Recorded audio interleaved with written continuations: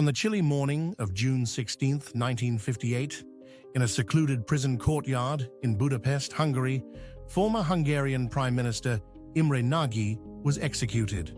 This event, orchestrated by Soviet authorities, was the culmination of Cold War tensions and the fierce crackdown on the Hungarian Revolution of 1956.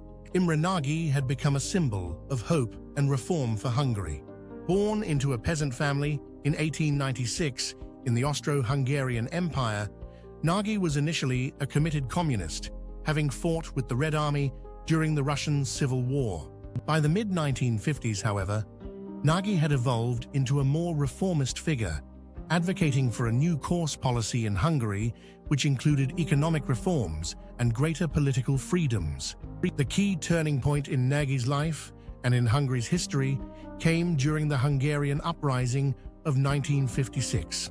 On October 23, 1956, thousands took to the streets of Budapest demanding political reform and more freedom from Soviet control. Nagy, reinstated as prime minister due to his popularity and reformist stance, found himself caught between the fervor of the Hungarian populace and the wrath of the Soviet Union. In a bold move that underscored his commitment to reform, on November 1, 1956, Nagy declared Hungary's withdrawal from the Warsaw Pact, signaling an intention to establish neutrality akin to Austria's model. This proclamation was intolerable to the Soviet Union, which viewed Hungary as a critical buffer in its Eastern Bloc. On November 4, 1956, Soviet tanks rolled into Budapest, crushing the uprising with brutal force.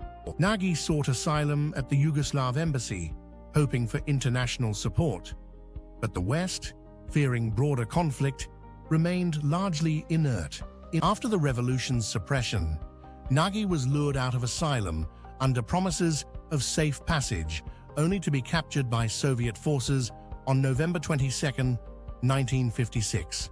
He was taken to Romania, a puppet state under strict Soviet influence, reflecting the lengths to which the Soviet Union would go to quash dissent.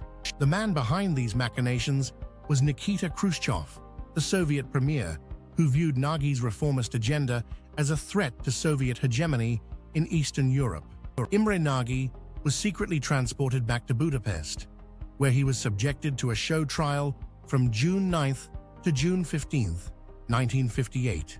The trial was heavily scripted, with charges of treason and conspiracy levied against him.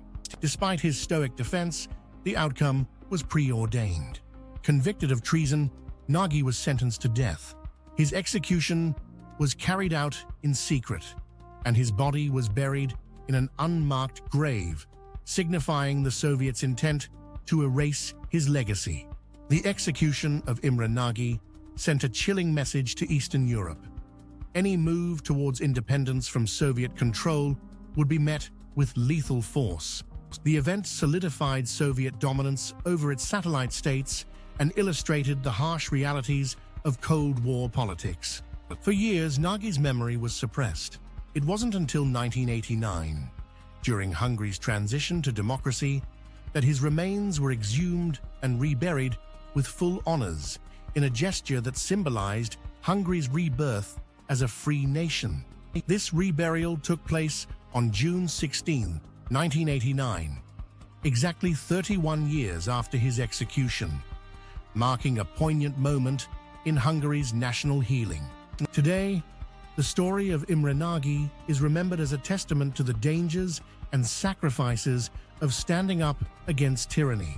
His execution underscored the brutal lengths to which the Soviet Union would go to maintain control, but it also sowed the seeds of resistance that would ultimately lead to the collapse of Soviet dominance in Eastern Europe. Nagy's legacy lives on as a symbol of courage and the enduring struggle for freedom. Thanks for watching. Please subscribe for more videos like this.